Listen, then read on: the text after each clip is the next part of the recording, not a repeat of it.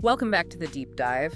Today we're looking at something I found really fascinating, a comic called Canada versus USA, A Tale of Two Neighbors.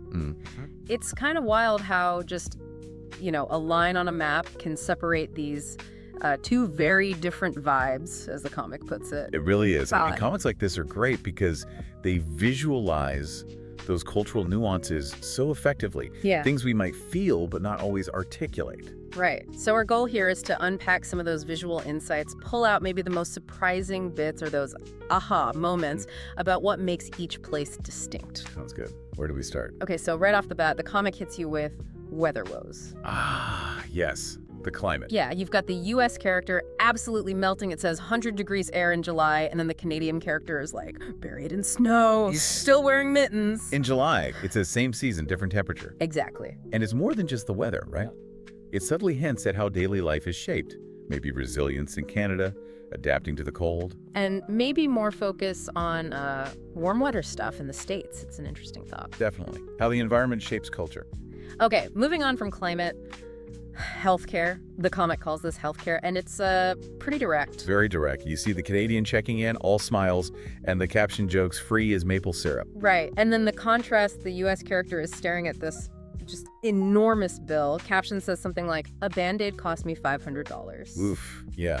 And that contrast, it's not just about money, is it? It really gets at the core differences in philosophy. How so? Well, it sort of visually represents two approaches. One, maybe emphasizing universal access, collective responsibility. Like the Canadian example implies. Exactly. Yeah. And the other, maybe focus more on individual choice, market-driven systems, but also clearly high costs. It's a visual shorthand for a huge debate. That freeze maple syrup line really lands because it ties it to a national symbol, too. It's clever. Very. Then the comic shifts gears to something lighter, maybe? Food. Food and portions. The portion size comparison. A classic. Yeah, totally. You have the U.S. character with a burger that looks, honestly, like a basketball. The caption's just, bigger is better, bro. Less slightly. Yeah, that stereotype. And the Canadian side, it's poutine, Tim Hortons coffee. Yeah. The caption says something like, cozy and covered in gravy. It's interesting. Is it just about size? Or does it hint at different ideas of value? Yeah. Like volume versus Ah.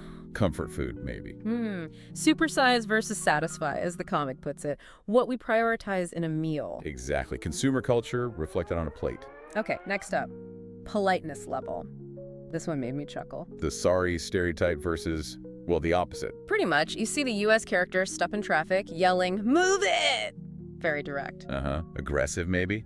And the Canadian gets bumped into and immediately goes, sorry's in your way, buddy. Complete with a wave. A comic nails it with the label, aggression versus apology Olympics. It does. And again, it's funny, but it hints at something deeper, right? Maybe about social interaction, individual assertion versus collective harmony, keeping things smooth. Yeah. Trying not to cause friction, it feels like a learned behavior almost. A cultural default. A deeply ingrained cultural dance, as you said. Okay. And on to another huge cultural marker, sports culture. Right. Passionate fans in both places, but different passions. For sure. Canada.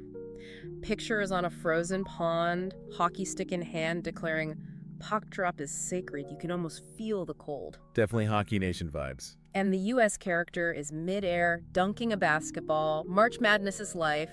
The energy's totally different. But the underlying thing, the comic captions it, different games, same passion. Yeah, that's the key insight, I think. Absolutely. Sport as a unifier, Yeah. a source of national pride, community. Doesn't matter if it's on ice or a court. It taps into that shared identity. So we've seen weather, healthcare, food, politeness, sports.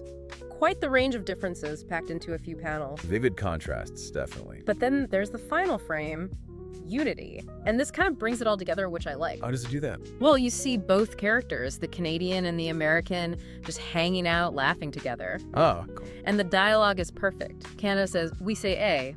USA says, we say yo, acknowledging the quirks. Right, those little linguistic markers. But then they both say, but we both say, let's hang out.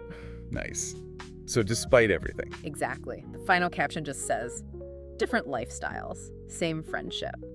That lands really well. It shows that beneath all the surface level differences, the stereotypes, the habits, there's still this fundamental connection. Shared humanity, maybe? Yeah, a shared bond. It's a nice wrap-up. It is. It leaves you thinking. Which leads us perfectly to our final thought for you, the listener, thinking about this comic. How do all these specific details, the weather coping, the healthcare costs, the food sizes, even just saying sorry, how do these everyday things maybe hint at something deeper? Yeah, beyond just being interesting quirks, what might they subtly suggest about the underlying values or priorities within Canadian and U.S. society? What could these contrasts tell us about the character of each nation, beyond just the fact that they share a border, something to mull over?